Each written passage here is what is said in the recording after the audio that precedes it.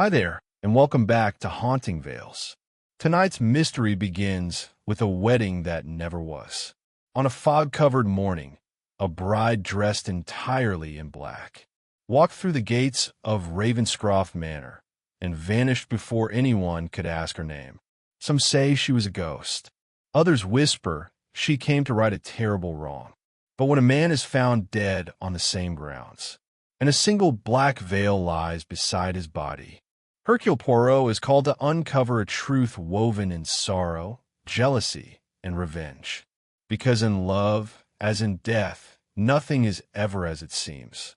Stay till the end, and if you enjoy mysteries that blur the line between beauty and fear, don't forget to like, share, and subscribe to Haunting Vales. Chapter 1. The Bride Returns at Midnight. The rain began just after the church bells fell silent. A slow, deliberate drizzle that softened the night into gray whispers. Hercule Poirot sat by the fire in his London apartment, watching the flames curl against the dark when the letter arrived. It was delivered by hand. No postmark, no return address. The envelope was sealed in black wax, pressed with the faint impression of a rose. Poirot's eyes narrowed as he turned it under the lamplight. He broke the seal carefully. Inside lay a short note, written in trembling ink. Monsieur Poirot, I beg you, come to Hawthorne Grange before midnight. My wife has returned, but she's been dead for 6 months. Richard Wayland. Poirot read the words twice, then folded the paper with surgical precision. Outside, thunder crawled across the sky. He glanced at the clock. 11:20. Just enough time. By the time Poirot's car reached the outskirts of Surrey, the countryside was buried under fog. The road wound through fields drowned in shadow, every tree bending low like a mourner. At last, the outline of Hawthorne Grange appeared. A gray mansion crouched at the edge of a lake, its windows dark, its chimneys bleeding smoke. The driver hesitated. Are you certain, sir? They say no one's lived there since. Poirot's tone cut through gently. Merci. He stopped himself. Yes, I am certain. Drive on. The gates creaked open like sigh. Inside the grounds, the garden was a wilderness of thorns and wet leaves. A single light glowed from the upper floor, pale, flickering, like a candle at a funeral. Poirot stepped out, umbrella angled against the wind. The moment his shoes met the stone path, he sensed something, a stillness beneath the rain, a silence that felt unnatural. He pressed the bell. Moments later, the door opened to reveal Richard Wayland, a tall man with hollow eyes and a face aged beyond his years. His hands trembled as he ushered Poirot inside. Thank you for coming, he said. I didn't think you'd believe me. Poirot removed his hat, glancing around the grand but decaying hall. I believe what I see, Mr. Wayland, and I am here to see. The drawing room was a museum of grief, the air thick with the scent of dust and lilacs. Portraits of smiling ancestors stared down from the walls, their painted eyes dim in the candlelight. A clock ticked too loudly, breaking the hush every few seconds. Richard poured 2 glasses of brandy, but didn't drink. His voice cracked as he spoke. My wife, Evelyn, died 6 months ago. Fever. It was sudden cruel. I buried her in the chapel on the hill. But last night, he paused, looking toward the staircase as though expecting to see her descend. Last night, she came home. Poirot's brow lifted slightly. You saw her. I saw her, yes. She stood by the window, wearing her wedding gown. The same gown she was buried in. The same veil. Her face pale as marble, but her eyes. He pressed a shaking hand to his forehead. They were open, watching me. Poirot said nothing.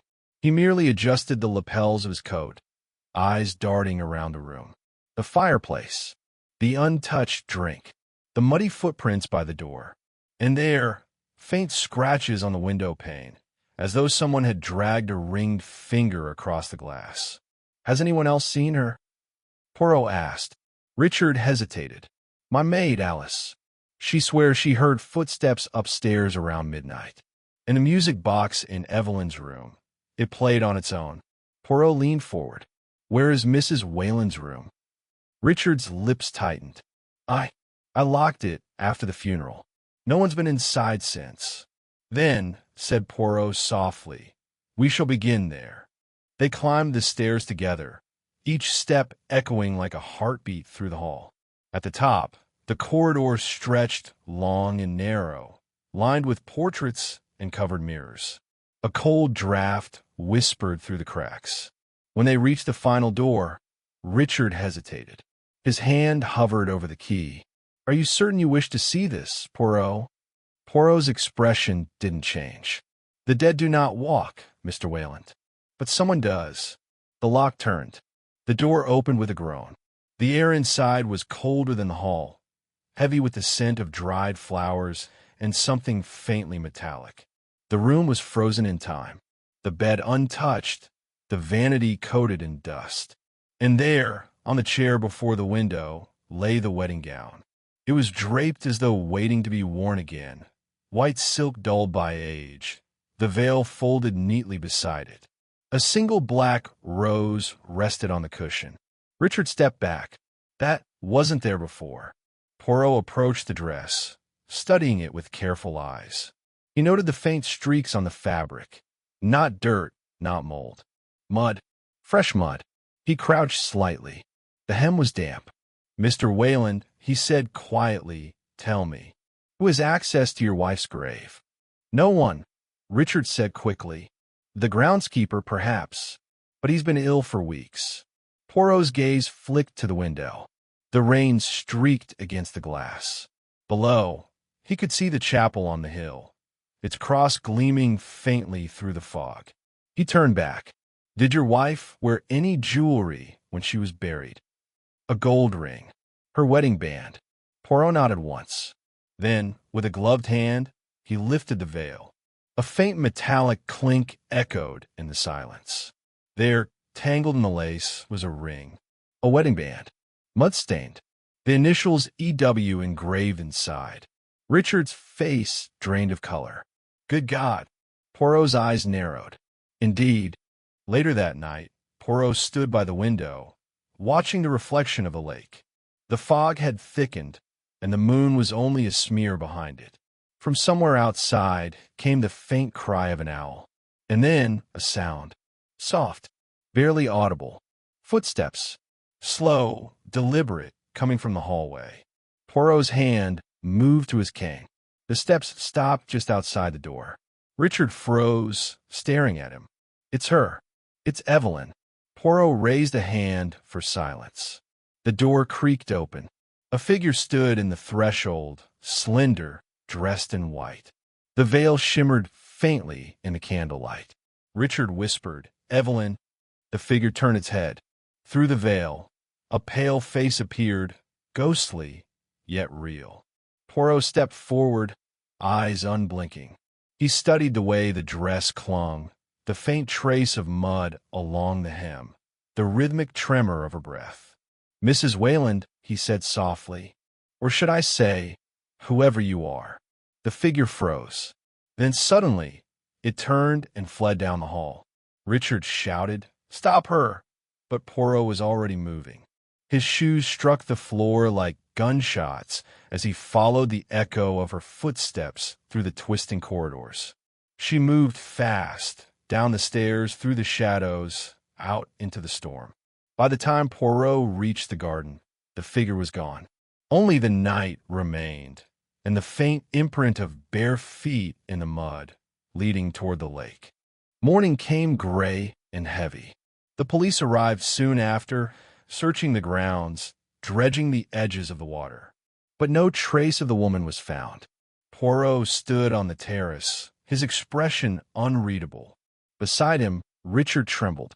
Do you believe me now? He asked. You saw her with your own eyes. Poirot didn't answer immediately. He picked up a small object lying on the stone rail. A button, white silk, torn from the sleeve of a dress. He turned it over in his hand. then looked toward the chapel on the hill. "Mr. Wayland," he said quietly, "the truth does not rise from the grave. It is buried by the living." Richard's throat tightened. "What are you saying?" Poirot placed the button in his palm. "That your bride in black may not be a ghost, but she is very real and very close." That night, Poirot returned alone to the chapel. Inside, the air was thick with dust and silence. Rows of unlit candles lined the altar. At the far end stood Evelyn's tomb, a white marble coffin beneath a stained glass window. Poirot's lamp cast long shadows across the floor. He bent down, inspecting the edges of the coffin. The layer of dust was broken, faintly disturbed. He ran a hand along the base and found something wet. Mud, and beneath it, a thread of white fabric. Poirot straightened, eyes glinting. He turned to the door and froze. Footsteps again, slow, deliberate, coming from behind the pews. A voice whispered from the dark, "You shouldn't have come here." Poirot turned. Who was there? A figure stepped into the light. The maid, Alice. Her eyes were wide, her hands trembling, and in one of them, a key. "You don't understand," she whispered. "She told me to keep it secret. She said she needed time." "Who needed time?" Poirot asked gently. Alice swallowed hard. "Mrs. Wayland." Poirot's gaze sharpened. "You mean she is alive?" The maid's face twisted between guilt and fear. "She was never buried, sir." "Not really." Poirot's voice lowered. "Explain." Alice's breath shook. "Mr. Wayland, he thought she was dead. She drank something, she wanted to escape him. But I helped her hide. In the old caretaker's cottage by the lake. She made me promise to tell no one." Poirot's jaw tightened. "And last night, she came back," Alice whispered, "to see him one last time, dressed in her wedding gown." Poirot murmured. The maid nodded, tears falling. She said she wanted him to remember her as she was. But when he saw her, he screamed. He thought she was a ghost. She ran. Poirot's voice was barely above a whisper. "And now she is gone." Alice sobbed. "I don't know where, but I think she meant to leave for good." Poirot stepped closer, his tone calm but heavy. "My dear, the truth you have kept hidden may have cost 2 lives. One who was supposed to be dead, and one who soon may be." Alice's eyes widened. "What do you mean?" Poirot looked toward the lake, where fog drifted like smoke. "Because a man who fears his dead wife may be capable of anything, even a second burial." Outside, the storm broke again, the rain falling harder than before. Poirot stood beneath the chapel's archway, his silhouette framed by lightning. Somewhere in the distance, a scream carried across the water. Poirot closed his eyes, whispering to the wind, "The dead do not return, but the guilty always do." He stepped forward into the storm, following the scream toward the lake, toward the truth that waited in the dark. Chapter 2. The House of Vanishing Footsteps. The rain had stopped, but the silence it left behind was worse. The air around Hawthorne Grange felt heavy, like the house itself was holding its breath. Poirot stood at the edge of the lake as dawn crawled over the gray horizon. The surface of the water was still, unbroken, yet it carried the cold whisper of something hidden beneath. He turned slowly, studying the reflection of the mansion. Its tall windows stared blankly back, like eyes that had seen too much. Behind him, a constable's boots squelched in the mud. "Nothing in the water, sir," the man said. "No sign of anyone." Poirot nodded slightly. "No body, no gown, no ghost. Only questions." He straightened his tie and began walking back toward the house. The constable followed, but hesitated before speaking. "Sir, you really think she's alive?" Poirot's voice was quiet, deliberate. "Alive. Or someone wishes me to believe she is not. Either way, there is deceit." He paused at the garden gate. "Tell your men to search the caretaker's cottage near the western bank. Gently, if you please." The constable nodded and hurried off. Poirot remained for a moment, his eyes scanning the overgrown hedges. Then he turned toward the mansion and walked through the open doors. Inside, the hall felt colder than before. Richard Wayland sat slumped in an armchair, a glass of brandy untouched beside him. He looked up as Poirot entered. Did they find her? No, puedo triplaid, but I believe they soon will. Richard's eyes were red, his voice hoarse. I don't know what to think anymore. I saw her with my own eyes. If she was alive, why hide from me? Poirot approached the fireplace, staring into the faint glow of the embers. Perhaps she feared you. Feared me, Richard said sharply. I loved her. Poirot turned his head slowly. Love is not always gentle, Mr. Wayland. Sometimes it smothers until the living pretend to be dead to escape it. Richard stood abruptly, trembling with rage. Are you accusing me of something? Poirot's tone stayed calm. I accuse no one. I merely observe. And I observe a man haunted not by grief, but by guilt. Richard's expression cracked for a moment, but he said nothing. Poirot turned away, letting silence fill the room like smoke. Later that morning, Poirot inspected the upper floors again. The hallways were long, narrow, echoing with the faint creak of age. Each door he passed was shut, yet every shadow seemed to follow him. He paused outside Evelyn Wayland's room. The door remained open from the night before. Inside, the wedding gown still lay draped across the chair, untouched since their discovery. Poirot entered quietly, careful not to disturb the air. He studied the room again, the vanity, the bed, the fireplace. Then his eyes settled on the floor. There, faint but clear, were footprints. Bare feet, marked in dried mud, leading from the window to the vanity table. But halfway across the rug, they vanished. No return prints. No continuation. Just gone. Poirot crouched, fingertips brushing the floorboards. The rug hit a small gap, a loosened board. He lifted it gently, revealing a hollow space beneath. Inside lay an old photograph, folded twice. He opened it. It showed Evelyn, smiling faintly beside another man. Not Richard. The man's arm was around her shoulders, his face sharp and familiar. Poirot stared at it for a long moment before slipping it into his pocket. By noon, the constables had returned from the Western Bank. Their report was brief. The caretaker's cottage was abandoned. But they had found something, a half-burned candle, a discarded cloak, and a suitcase containing women's clothing. Poirot examined the suitcase in the drawing room. He pulled out a shawl and inhaled lightly. The faint scent of lilac. Evelyn's perfume. Then something caught his eye. Inside the suitcase lining, a torn envelope. The handwriting was identical to the letter that had summoned him here. He read the half-destroyed words aloud. Can't live this way any longer. He watches me. I think he means to... The rest was charred, unreadable. Poirot's lips pressed together. She feared someone, yes, he whispered, and that fear led her to vanish. Richard entered then, looking pale and restless. Have you found anything? Poirot's gaze lingered on him before answering. A clue, perhaps, but not yet the truth. He gestured toward the photograph he had found. Tell me, Mr. Wayland, who is this man beside your wife? Richard's eyes flicked down, and in that instant Poirot saw something flicker, anger, jealousy, or fear.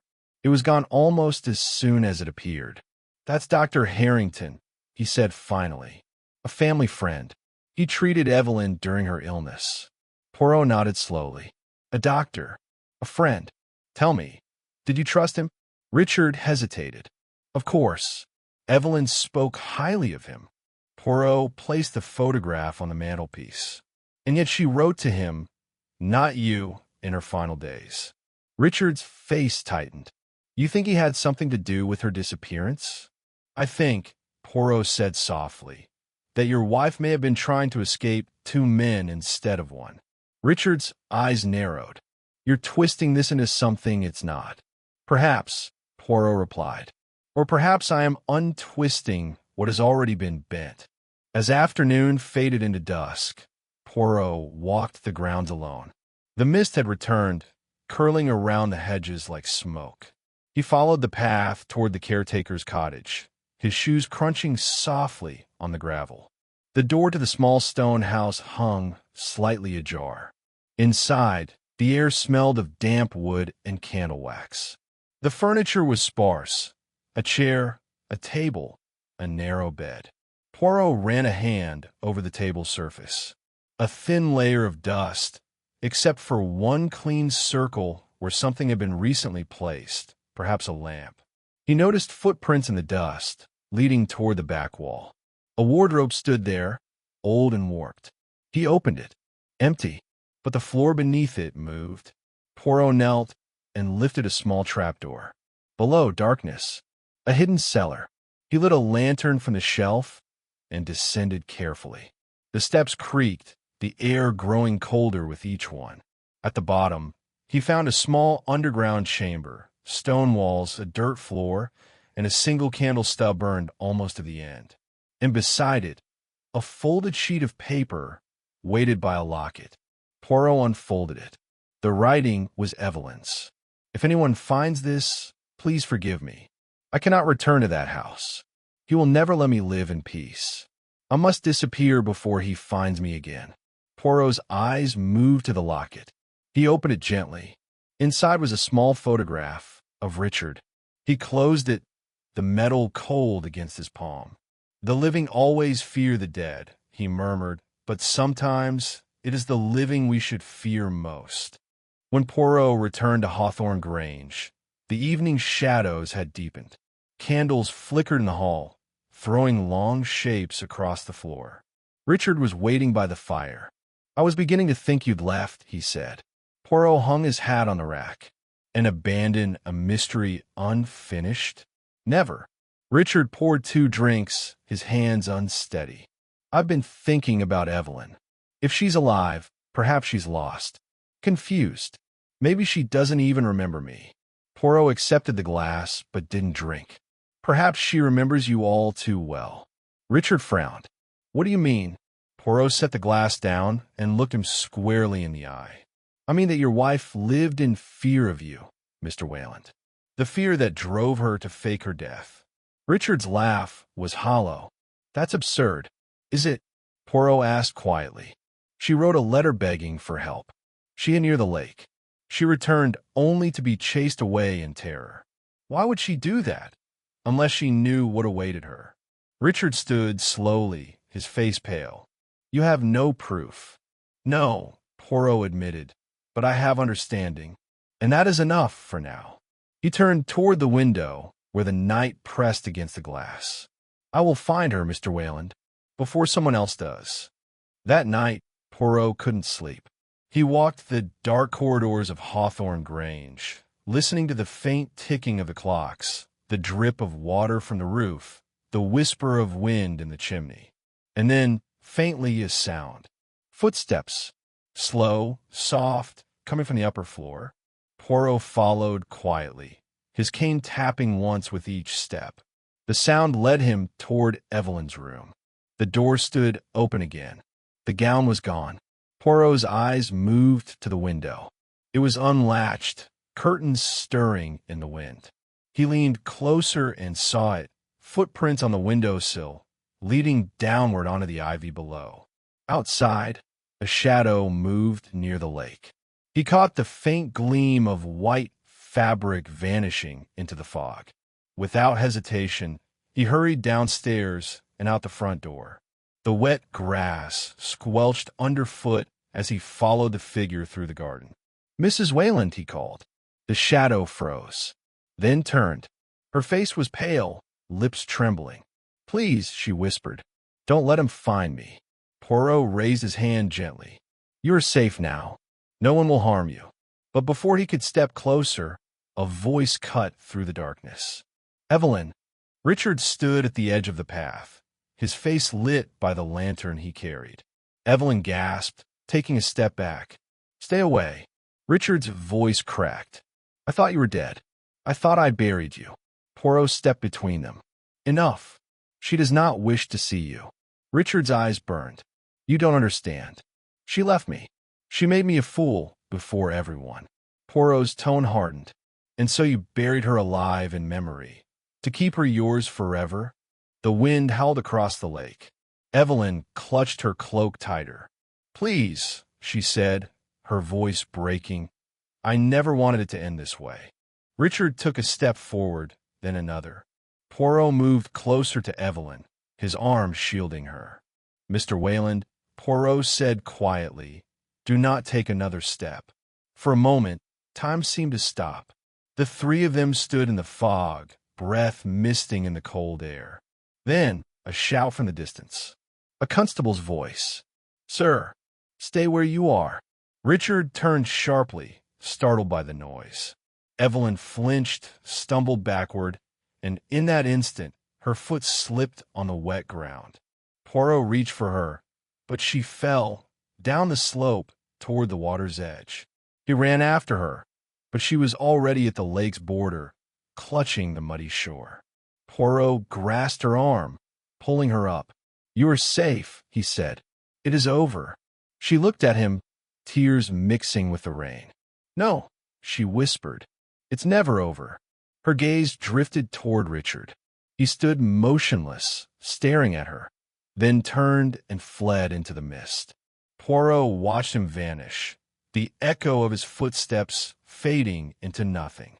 Back inside the house, Poirot sat Evelyn beside the fire. She shivered, her face pale but composed. He spoke softly. "You will tell me everything now, yes?" She nodded slowly. "I tried to leave him. He wouldn't let me. He said if I ever tried, he'd make sure I was buried before I was gone. So I made him believe I was dead." Her eyes glistened with memory. "Alice helped me. She thought it was mercy, but I came back because I couldn't stand hiding anymore. I wanted to live again. I wanted him to know I wasn't afraid." Poirot's voice was gentle. "And now—" Evelyn looked into the flames. "Now, I'm afraid again." Poirot's hand rested on the arm of her chair. "You need not be. He will not harm you again." She looked up, uncertain. "You think he'll come back?" Poirot's eyes were fixed on the dark window. "Yes," he said quietly, "because guilt always returns to finish what fear began." Outside, thunder rolled once more, distant but coming closer. The wind rattled the shutters. Somewhere in the depths of the house, a floorboard creaked, as if someone had just stepped inside. Poirot stood, his reflection flickering in the glass. "The house of vanishing footsteps," he whispered. "But tonight, the footsteps will be caught." He turned toward the door, eyes sharp and steady, for he knew that before the night was over, one of the living would soon join the dead. Chapter 3. The Mirror Bride. The morning broke in shades of gray. No sun, no bird song, only a sky heavy with secrets. Poirot stood in the courtyard of Blackwood Manor, his shoes sinking slightly into the damp earth. Around him, the police whispered, the servants wept, and the wind hummed like a funeral dirge. The night had ended with a revelation, but not yet justice. Lydia had confessed, but the pieces still floated, unanchored. Poirot's sharp eyes watched as they carried her to the waiting car, her veil gone, her hair wild, her lips trembling. She didn't resist. Perhaps she was relieved to finally stop pretending. Andrew's voice, steady yet hushed. Pause. But not all truths die when spoken. Some linger, waiting for one final breath. Poirot entered the drawing room one last time. The air was cold and still. A mirror stood cracked in the corner, reflecting fragments of his face. On the piano rested the photograph of Edward and his late bride, smiling, eternal. The same piano that had played its own requiem. He placed a hand over the frame. "You loved her, Monsieur Edward," he murmured softly. "And perhaps, in your grief, you created her again. But someone else took that dream from you and turned it to madness." He turned as footsteps approached. It was Inspector Hale, pale and uncertain. "Poirot, we've taken Miss Blackwood to custody. She said she heard voices in the manor." The bride's voice. Poirot's brow furrowed. "Voices?" "Yes," Hale said. She said the bride spoke to her, begged her to tell the truth. Poirot closed his eyes. "The guilt of the living," he whispered, "is often the echo of the dead." Later that afternoon, Poirot walked the estate alone. The mist began to roll in again, curling over the hedges, swallowing the marble angels by the gate. Somewhere beyond, the church bell tolled, the same bell that had once rung for a wedding and then again for a funeral. He found Edward standing near the lake, where the water was black and still. The man looked hollow, as though he'd aged 20 years overnight. "She's gone," Edward said, his voice broken. "Lydia, she took everything." Poirot approached gently. "She took what was already broken, monsieur. She merely cracked the glass. But it was grief that made the mirror." Edward's eyes lifted, shimmering with something unreadable. "She said the bride came to her, that she told her what to do." "Do you believe that?" Poirot looked out across the lake. The reflection of the manor shimmered faintly on the water, trembling. "I believe," he said slowly, "that when love dies violently, its shadow lingers. Perhaps it whispers, perhaps it watches. But whether it speaks or not, we hear what we want to hear." Night returned, as it always did. Poirot remained at the manor long after the last constable had gone. He sat in the study with a candle beside him, a cup of untouched tea cooling by the ledger of the estate. The silence pressed close. Then, softly a sound, the faintest hum, a woman's voice, distant, echoing down the corridor. Poirot rose. He followed it, each step careful, deliberate. The sound led him to the grand hall. The air smelled of dust and lilies. The moonlight filtered through the broken glass. There, standing before the mirror, was the shape of a bride. Pale, still, veiled in white. Poirot stopped breathing. The figure did not move. The candle flickered, and suddenly it was gone. Only the veil remained, folded neatly on the floor, untouched by dust or time. Poirot stood there for a long time. Then he whispered, "Some mysteries, mon ami, no." He stopped himself. Some mysteries are not meant for men to solve. He turned and walked away. Behind him, the mirror glimmered faintly, as though something inside had sighed. Days later, Poirot boarded the morning train. Edward had left Blackwood Manor, unable to bear its walls. The house had been locked, its windows shuttered, its rooms abandoned to silence once more. Hastings watched him from across the table. "You look tired, Poirot. You don't usually let a case follow you." Poirot smiled faintly. "It is not the case that follows me, Hastings.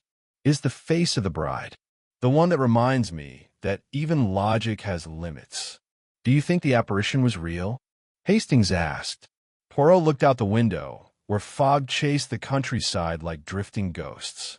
"No," he said softly, "and yet I cannot deny what I saw." The bride in black became a whisper among the villagers. Some said they still saw her wandering the manor halls when the fog grew thick, her veil trailing behind her, her heart forever searching for the man who could not let her go. But for Poirot, it was not the ghost that haunted him, it was the sorrow, the kind that wears white on its way to the grave. If you believe some loves never die, leave your thoughts below. And if you wish to walk again beside Hercule Poirot through mystery, madness, and the shadows of the human heart, subscribe before the candle burns out.